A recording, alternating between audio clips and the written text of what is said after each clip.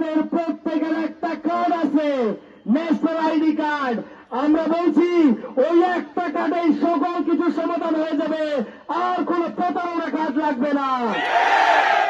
আপনাদেরকে আমরা বলবো, এই নাইক্ষ্যংছড়ি কখনোই ফ্যাসিবাদ, যারা নানাভাবে ফ্যাসিবাদের পক্ষে ছিল, তারা কখনোই এখানে ভালোভাবে টিকতে পারে নাই।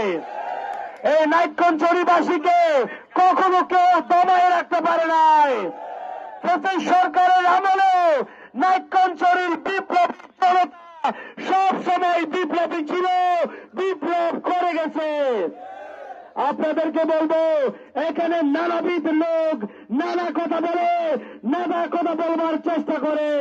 তাদেরকে বলবো, বাংলাদেশে ঐক্যবদ্ধ বাংলাদেশের একটা জোয়ার তৈরি হয়েছে, যে জোয়ারে প্রত্যেকটা মানুষ তার ইনসাফের কথা বলছে, তার হকের কথা বলছে। এখানে স্কুলের সমস্যা, স্কুলের কথা বলছে, চিকিৎসা ব্যবস্থার সমস্যা, চিকিৎসা ব্যবস্থার কথা বলছে। আমরা যে কথাটা বলতে চাই, আমাদের প্রত্যেকের একটা কার্ড আছে, ন্যাশনাল আইডি কার্ড। আমরা বলছি ওই একটা কার্ডেই সকল কিছু সমাধান হয়ে যাবে, আর কোন প্রতারণা কাজ লাগবে না। নাইক্ষ্যংছড়িবাসীকে কোন ধরনের হুমকি দামকি ভয় দেখিয়ে নাইক্ষ্যংছড়ির তরুণদেরকে দমিয়ে রাখা যাবে না, দমিয়ে রাখা যাবে। আমি বলছি, এখানে আমাদের প্রত্যেকটা জনগণ, প্রত্যেকটা মানুষ, প্রত্যেকটা জায়গা থেকে বিপ্লব উঠেছে। আগামী 12 তারিখ শাপলা গলির ব্যালট বিপ্লব হবে। যেই ব্যালট বিপ্লবে ঐক্যবদ্ধ বাংলাদেশের হাতকে শক্ত করা হবে।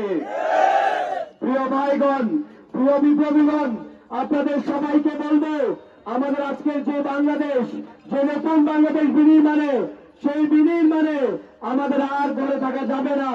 আমাদের আর বেগুনের বেন্ডা ফজরত যায়, 12 তারিখ বেন্ডা ফজরত যায়। আর বেগুনতন হাবুদের পক্ষে হাবুদ দেওয়া বলবে ফোয়াতি। কি বুকে বাংলাদেশ আর হাতে বিদেশি?